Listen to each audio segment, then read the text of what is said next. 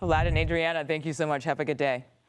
Two major headlines today: standoffs on the home front and overseas as the Trump administration pushes to take over Greenland and deploy troops to Minnesota. 8 European allies were hit with Trump's tariffs for opposing American control of Greenland. And this comes as the Pentagon tells 1,500 soldiers to get ready for a possible call-up on U.S. soil.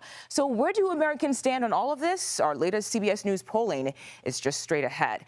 But we begin with the battle for Greenland that's sparking anger across Europe. President Donald Trump says on February 1st, he'll impose 10% tariffs on NATO allies that have sent military forces into Greenland. He plans to increase those tariffs to 25% on June 1st and keep them in place until the U.S. reaches a deal to get Greenland.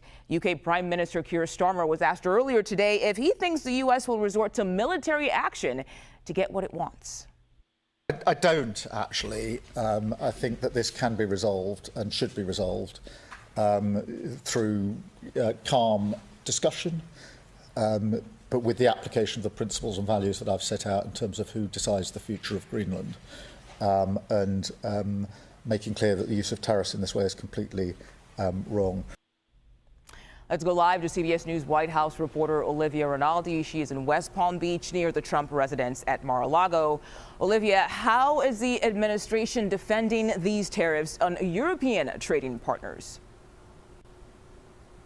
Well, Mugo, these tariffs were a really big surprise for European allies over the weekend. President Trump announcing on Truth Social that a 10% tariff is going to go into effect on February 1st for those European countries that sent security forces into Greenland. That's after President Trump said that Greenland is susceptible to perhaps Russian or Chinese influence in even their militaries, as there's been a breakdown of ice around the Arctic that would make Greenland more vulnerable. The president is saying that Greenland is necessary for several reasons for the U.S., one being the Golden Dome. He's really expanded upon that in the last several days, writing on Truth Social, now because of the Golden Dome and the modern-day weapon system, both offensive and defensive, the need to acquire Greenland is especially important. He goes on to say that this highly complex system can only work at its maximum potential and efficiency because of the angles and bounds if this land is included in it. So that's some of the justification as to why the president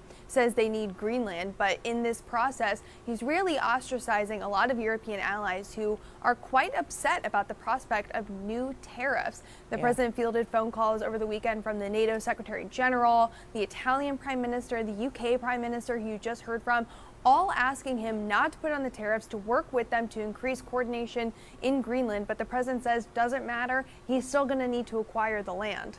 And the president sent a letter and text message to Norway's prime minister in which he tied Greenland to him not winning the Nobel Peace Prize. Can you walk us through that? Yeah, if that gives any indication of how angry these European leaders are, the Prime Minister of Norway is releasing private text messages between him and President Trump regarding the acquisition of Greenland. In this text message, President Trump allegedly said, "Considering your country decided not to give me the Nobel Peace Prize for having stopped 8 wars plus, I no longer feel an obligation to think purely of peace, but can now think about what is good and prosperous for the United States of America," saying that Denmark cannot protect the land from Russia or China, and saying that the world is not secure unless the U.S. has complete and total control of Greenland. Quite notable there. And Mugo, just to kind of level set with you, the president is going to head to Davos, Switzerland tomorrow to participate in the World Economic Forum, where all of these European leaders that he has just angered will be. So there's certainly going to be a lot of news about that, who President Trump meets with, what they say to him. Basically, the fallout from this story is the president heads to Europe tomorrow. So we're watching for that very closely, but certainly an interesting development over the last 24 hours with those text messages. Certainly is. Olivia Rinaldi in Florida for us today. Thank you so much.